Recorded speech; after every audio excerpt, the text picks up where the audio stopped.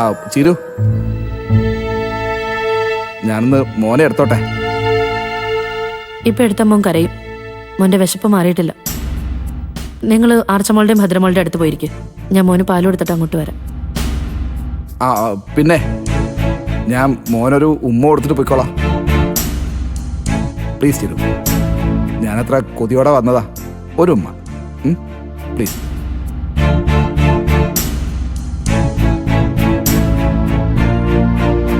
ചക്കര വാവേ, അച്ഛന്റെ പൊന്നാവേ.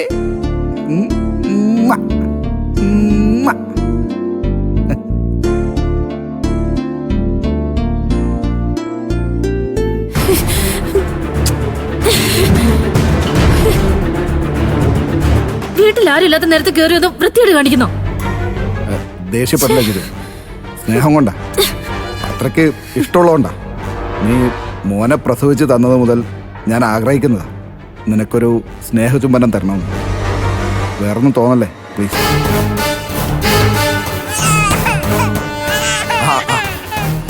അവര് തമ്മിൽ വഴക്കായെന്ന് തോന്നുന്നു. കുഴപ്പമില്ല, ഞാനേ അവർക്ക് ചോക്ലേറ്റൊക്കെ കൊടുത്ത് സമാധാനിപ്പിച്ചോളാം. നീ മോനെ പാലും കൊടുത്ത് സമാധാനമായിട്ട് ഇവിടെ ഇരുന്നാൽ മതി. അതുവരെ ഇവിടുത്തെ കാര്യങ്ങളൊക്കെ ഞാൻ നോക്കിക്കോളാം. ആ മക്കളെ കരയല്ലേ, ദേ അച്ഛൻ വരുന്നു. മക്കൾക്ക് അച്ഛൻ എന്തൊക്കെയാ കൊണ്ടുവന്നേന്ന് നോക്കിയേ.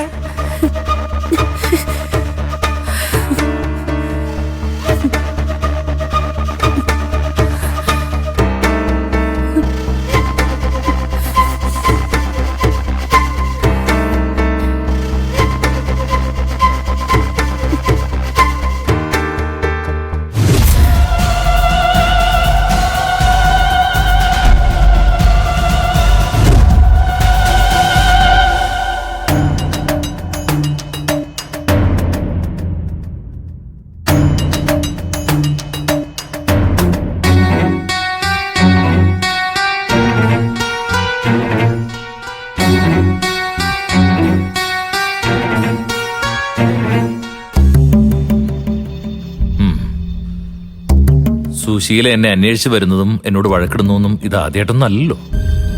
ഇതിലും വലിയ രീതിയിൽ അവൾ എന്നെ അപമാനിക്കുകയും ശപിക്കുകയും ഒക്കെ ചെയ്തിട്ടുണ്ട്. പക്ഷെ ഇതൊരു കൈവിട്ട വരവായിട്ടാണ് എനിക്ക് തോന്നിയത്. അതുകൊണ്ട് മാത്ര ഈ വിവരം ഇവിടെ വന്ന് പറയണമെന്ന് ഞാൻ വിചാരിച്ചത്.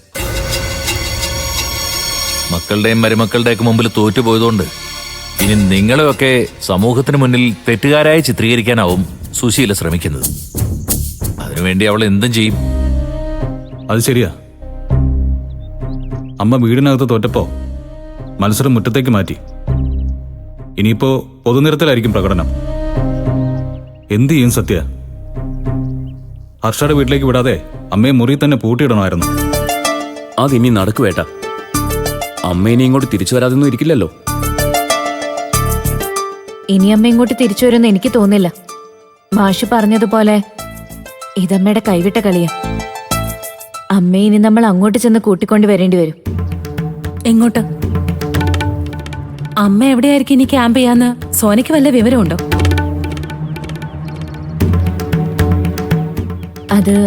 അത് പിന്നെ ഹർഷയുടെ വീട്ടിലല്ലേ? അവിടെ ചെന്ന് അമ്മയെ പിടിച്ചോണ്ട് വരേണ്ടി വരുന്നല്ലേ സോന ഉദ്ദേശിച്ചത്? അവിടെയാണ് അമ്മ ഉള്ളതെങ്കിൽ അവിടുന്ന് കൊണ്ടുവരണം. അമ്മയെ എന്തിനും സപ്പോർട്ട് ചെയ്യുന്നത് ഹർഷയാണല്ലോ. അതെ, അമ്മ ഇതുവരെ ചെയ്ത എല്ലാ കാര്യങ്ങൾക്കും പിന്നിൽ ഹർഷ തന്നെയാ. അമ്മ ജയിലിൽ പോയപ്പോ ഗൂഢാലോചനയ്ക്ക് പിന്നിൽ നിന്ന് ഹർഷയെ നമ്മൾ ജയിലിലേക്ക് അയക്കേണ്ടതായിരുന്നു. അത് ചെയ്തില്ലെന്ന് മാത്രമല്ല, അമ്മയെ ജയിലിൽ നിന്ന് ഇറക്കാൻ അവളുടെ സഹായം തന്നെ നമ്മൾ തേടുകയും ചെയ്തു. ഇനിയിപ്പോ ഹർഷയെ കുറ്റപ്പെടുത്താൻ നമുക്ക് വോയിസ് ഒന്നുമില്ല. എത്രയും പെട്ടെന്ന് അവളുടെ പിടിയിൽ നിന്ന് അമ്മയെ മോചിപ്പിക്കാൻ പറ്റിയ അത്രയും നല്ലതെന്ന് വിചാരിക്കാനേ പറ്റൂ. സുശീലാന്റെ അച്ഛനെ കാണാമെന്നത് തനിച്ചാ. ഹർഷയൊന്നും അപ്പൊ കൂടെ ഉണ്ടായിരുന്നില്ല. കൂടെ ആരും ഉണ്ടായിരുന്നില്ലെങ്കിലും സുശീലയ്ക്ക് ആരുടെയൊക്കെയോ പിൻബലം ഉണ്ടെന്ന് എനിക്ക് മനസ്സിലായി. അത് ഹർഷയാണെന്നുണ്ടെങ്കിൽ അതത്ര നല്ല ബന്ധമല്ല. അവരുടെ കൂട്ടുകെട്ട് എത്രയും വേഗം അവസാനിപ്പിക്കണം ഇന്ദിര. അതൊന്നും അത്ര വേഗം അവസാനിപ്പിക്കാൻ പറ്റുമെന്ന് തോന്നുന്നില്ല മാഷെ. അമ്മ സ്വന്തം ഇഷ്ടത്തിന് അവിടെ പോയി നിന്നാ നമുക്കാർക്കും ബലമായി അവിടെ നിന്ന് അമ്മയെ ഇറക്കിക്കൊണ്ട് വരാനും പറ്റില്ല. എന്റെ അഭിപ്രായം ഇനി അമ്മ ഇങ്ങോട്ട് വന്നാ ഈ വീട്ടിൽ കയറ്റരുതെന്നാ. ഹർഷ എത്ര